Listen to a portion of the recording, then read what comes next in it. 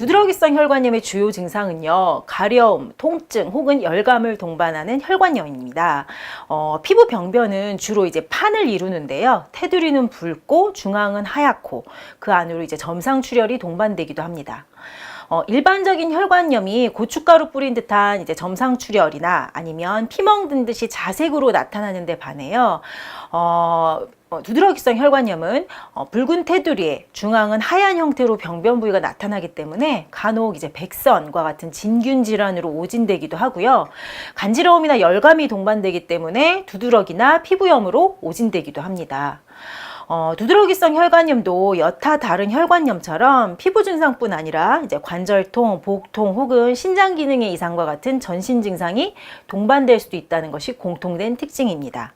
반면 다른 혈관염은 보통은 가렵지는 않은데요.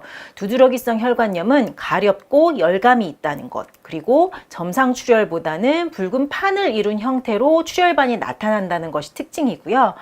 이런 것들이 일반 혈관염과의 차이점입니다. 두드러기처럼 팽진과 가려움, 혈관 부종을 보이지만 이제 두드러기는 일반적으로는 수시간, 반나절 이내에 소실되었다가 팽진이 또 다시 생기긴 하죠. 그런데 반해 두드러기성 혈관염은 24시간 이상 지속되다가 색소 침착을 남기고 사라지는 것이 또 하나의 특징입니다. 혈관염도 흔하지 않은 질환이지만 두드러기성 혈관염은 더욱더 흔한 질환은 아니기 때문에요. 두드러기성 혈관염 환자분들은 두드러기나 아니면 다른 피부염이라고 혹은 이제 백선처럼 진단을 잘못 받고 스테로이드 연고제나 항진균제 등을 이제 처방 받으시기도 합니다. 두드러기성 혈관염의 서양의학적인 치료법은 다른 혈관염하고 마찬가지로 전신 증상의 유무에 따라 그리고 증상 완화를 위한 대증 치료가 기본 원칙입니다.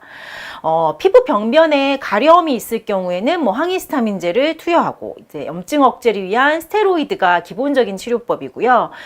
다른 이제 관절통이나 열감과 같은 전신 증상이 있을 때는 소염 진통제 등을 병행 투여하죠. 또 스테로이드에 반응을 잘 안 하거나 내성이 생겨서 증상이 잘 진정되지 않을 경우 사이클로스포린이나 아자치오프린 같은 면역 억제제를 이제 처방하기도 합니다.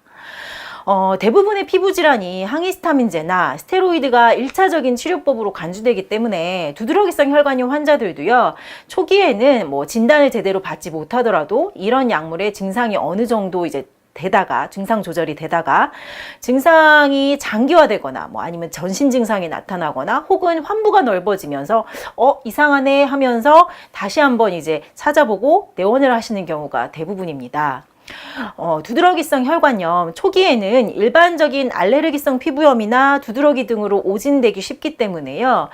발진의 양상이나 팽진의 지속시간, 그 다음에 병변 부위가 어떻게 변하는지 등등, 혹은 전신 증상이 없는지, 혹은 이제 피하 출혈이 없는지 등등을 잘 살펴보는 것이 필요합니다. 그리고 또한 스테로이드나 면역 억제제에 장기간 노출된 환자일수록 면역 체계의 회복이 늦어지기 때문에 정확한 진단 없이 장기간의 스테로이드나 면역 억제제를 복용하거나 바르지 않도록 주의해야 합니다. 가려움과 열감을 동반하는 판상으로 피부 병변이 있고요.